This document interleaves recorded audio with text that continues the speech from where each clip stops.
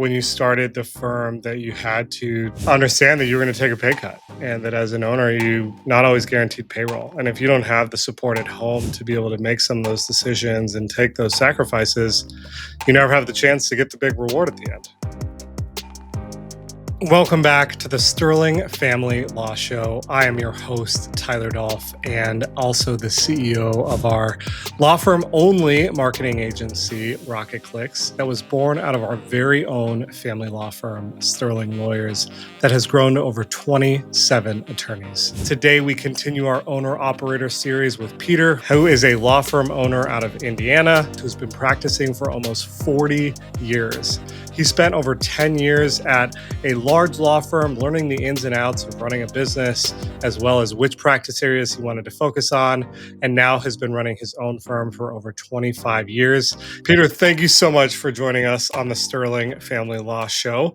Love to introduce yourself, if you wouldn't mind. Tell us a little bit about your background and how you got started. Okay, sure. My name is Peter John Augustino. I've been practicing law. I'm starting my 40th year. I live in South Bend, Indiana. I'm born and raised here. Went to Notre Dame Law School in the community and decided to stick around here and went into practice. And so that's the starting point. Did you start your own firm right out of law school? No, right out of law school, I joined a law firm that the partner had been a classmate of my dad's back at Central High School here in South Bend, and there was a strong connection there. They were looking for a litigation attorney, and I came out of school and went right to work there. I had clerked there a couple years at Calamaris and Associates. That was the name of the firm. And so I was there for about 10 years, and during that time I met my current partner, Michael Anderson. He was also in that same firm. He was a couple years ahead of me. And we talked about forming our own firm at some point, and eventually we did. How many years were you at that firm before you guys decided to peel off? I was there about 10 years. Okay, so you got a fair amount of experience in learning how to run a firm and all the things. Yeah, I think what helped me the most in the firm where I was at, I had exposure to a wide range of cases. And it was an insurance defense firm at the time, but the way that operated and the breadth of cases that we were able to handle was, I think, far greater than what exists in today's world. So having that broad range of experience, I think, was a key part of being able to move forward with doing our own firm. Love it. If you could take us back, you're there for 10 years, which is a long time to finally say, I'm going to go and do this on my own. What was there a moment that really hit you both? Like, okay, this is the time we feel financially secure, whatever it was. Tell us more about that kind of inflection point. I think both of us were, motivated by being in a position where we were in control, had ownership, and had an opportunity to be more involved in growing the firm in more directions. And that firm was a little more tied into the insurance defense side. And we were getting requests. Both of us are local. We both know lots of people here locally. We both had family locally. And the types of work that was coming into us was much broader than being in that insurance defense realm. So we both went off to different firms for a short period and then came back together. So there was a little bit of an interlude in there. And then we came together and did what we talked about doing. I love it. So it took like 12 years after? Yeah, I would say about 12, 13 years, right in that area. So you leave your firms, you come together to start your current firm. What were some of the things that you expected? Like, okay, yep, this is what I thought it would be. And what were some of the things you're like, holy cow, I did not expect this? Well, there's a gap between income coming in and income going out to the partners. So you do have to be prepared for that. Your receipts are not there instantly. So there has to be planning, has to be some sacrifice. you're not, when you're an owner, you're not guaranteed a paycheck, and you need to understand that going into it. So I think we were prepared for that, and we quickly added a third partner, Scott Keller, in our venture, and we all made less than what we had been making, but we viewed that as an investment into the future, and it paid off. But that's something that I think a lot of times people may overlook. You can be making a certain amount of income somewhere else, and then here you come on a new venture, and that there's a gap, and you need to be prepared for that. How long did it take you guys to really get profitable and feel more secure once you started? I would say we were profitable from the start. It was just a matter of growing that profitability. So I would say within a couple of years we were ahead of where we had been. So and so our firm was also growing at the same time. So you're hiring associates; they need to get paid. So it takes a while to bounce the flow out, get a lot of stuff in the pipeline, and have it flowing to the point where your associates are getting paid, they're earning money, they're a positive cash flow, and then with our own production added to the mix, then things started flowing in a way that was better than what we came from. That's great. So I'm trying to do the math in my head, right? You said you're starting your 30th year, 40th year? Yeah, I was admitted in 1986, so so I guess I'm starting into finishing.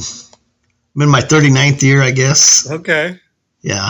And how long have you been running your current firm? That's what, like 20 years? Yes, it's been plus 20. Maybe we're closing in on 25, I think. Yeah. You got to throw a party or something. Yeah, we probably do. And that, I think you have to take moments to do that. I'll tell you that maybe along the way, sometimes I think the attitude here is somewhat stoic in the sense that there's still always work to do, clients to take care of. So yes, it's good to take a break every now and then, look back at success, reflect. But you can't dwell on that. There's always somebody that needs help, and you need to be responding to that. Love that. Is that how you feel like you've crafted the firm over the last 20 years? Like, what's been the through line or the culture that you've been working hard to build?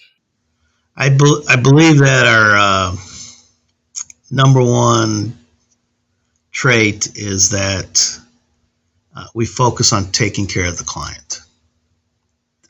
Whether it's, we have a lot of people business in our firm. We represent a lot of personal injury victims, a lot of wrongful death victims. We also represent a lot of businesses. We also have a couple lawyers that do family law, and we also have government entities as clients. And regardless of what type of client you are, we're here to take care of you, help that client the way they need to be helped, personal attention, and really embrace the client in a time of need, and also in terms of guiding them through different areas. It's an attitude, I think, of serving the client. Hey, family law firm leaders, my partner, Tony Carls, just released his book where he lays bare our precise blueprint for growing Sterling lawyers from 0 to 17 million. This is the blueprint that we still use daily. And Tony explains it in very simple terms. The truth is, this is not simple to do. Success requires and demands hard work, but if you have the patience and the work ethic to do it, your family law firm will succeed. 25 years is an amazing amount of time to run a successful business. I'm sure there have been ups and downs and peaks and valleys. How have you thought about growth over these last 25 years? Have you wanted to, add a bunch of practice areas and attorneys, or have you really been focused on simply serving the client and that will fuel growth to the extent that you need it? I would say it's been a combination of things, and I think that you'll find that any business that's growing is not relying on one single mechanism for that to happen. So obviously, let's start with the good service to clients, referrals from other clients, referrals from people in the legal community that see what you do and how you take care of people. One thing I like to pride ourselves in is we do and have done a lot of representations of other attorneys. So I think that speaks well for us. So that's one component. Another component is, let's say, accidental. Someone comes to you, they have something to offer. You have to recognize that, and you can then put that in action. And another trend is to be intentional, where you're out there seeking growth.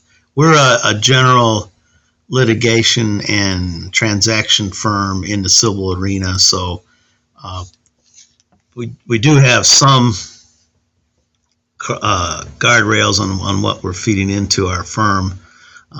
So we don't do criminal defense work. We're not in that realm. There's certain types of civil transactions we don't get into at the high end, like public stock offerings or that sort of thing. But within a broad general litigation and transaction practice, you come across opportunities. You have to recognize them.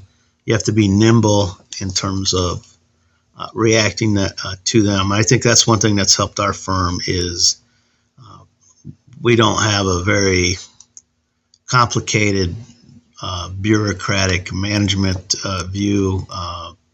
We joke about our stairwell partner meetings.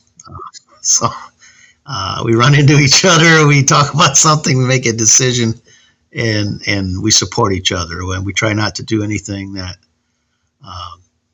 without getting everybody on board, having a strong consensus, and so that I think that helps as well too. Great. So if you had to start a firm today from scratch, what would you do differently? I'd focus very strongly on systems, and I would pay attention to how to incorporate that in with AI and a bunch of other technology that did not exist when we started. So I think that's important to have that because the expectation from the client who's exposed to all that, I think creates, a feeling among the clients that, you need to keep up with the times as well. And a document or a contract that might have taken 3 or 4 or 7 hours to create in the past, now it's going to take an hour or less if you've got the right systems in place. And so I don't know that I would do things differently in the way we started out, but being attentive to what's happening today, you need to make sure. And this was an old piece of advice to me from when I graduated from law school, is build systems. So you have a set of documents that you need for incorporating a company, shareholder agreements, and so forth. Have those systems in place. If you're doing real estate transactions, have your lease documents ready. You're building your forms so that you can be efficient for your client. I think that is a helpful part of being able to serve your clients in an efficient way. I think the other thing is that I think is a constant is you have to pay attention to your clients, interact with them, communicate with them, and just be present with them. That is something I think that technology may change some of the ways you do that. You might have more Zoom meetings instead of in face-to-face meetings, but you're still interacting with the client.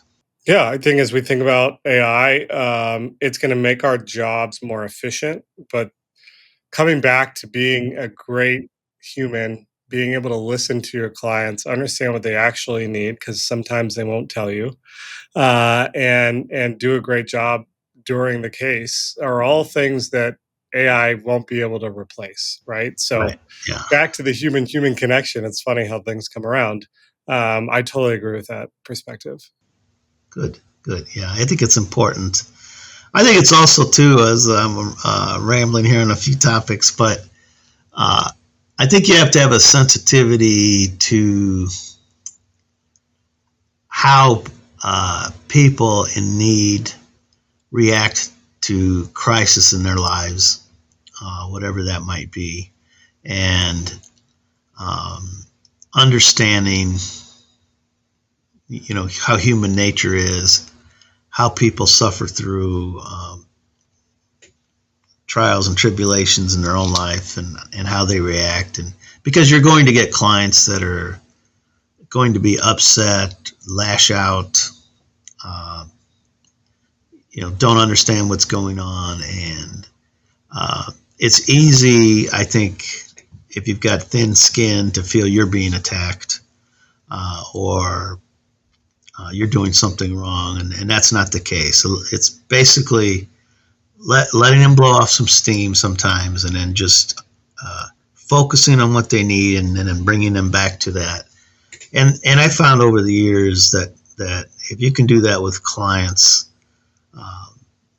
they do appreciate that, and you build a close bond with them, because they've been with you in their worst sometimes, and you still bring them around to the good, and that has a lasting effect.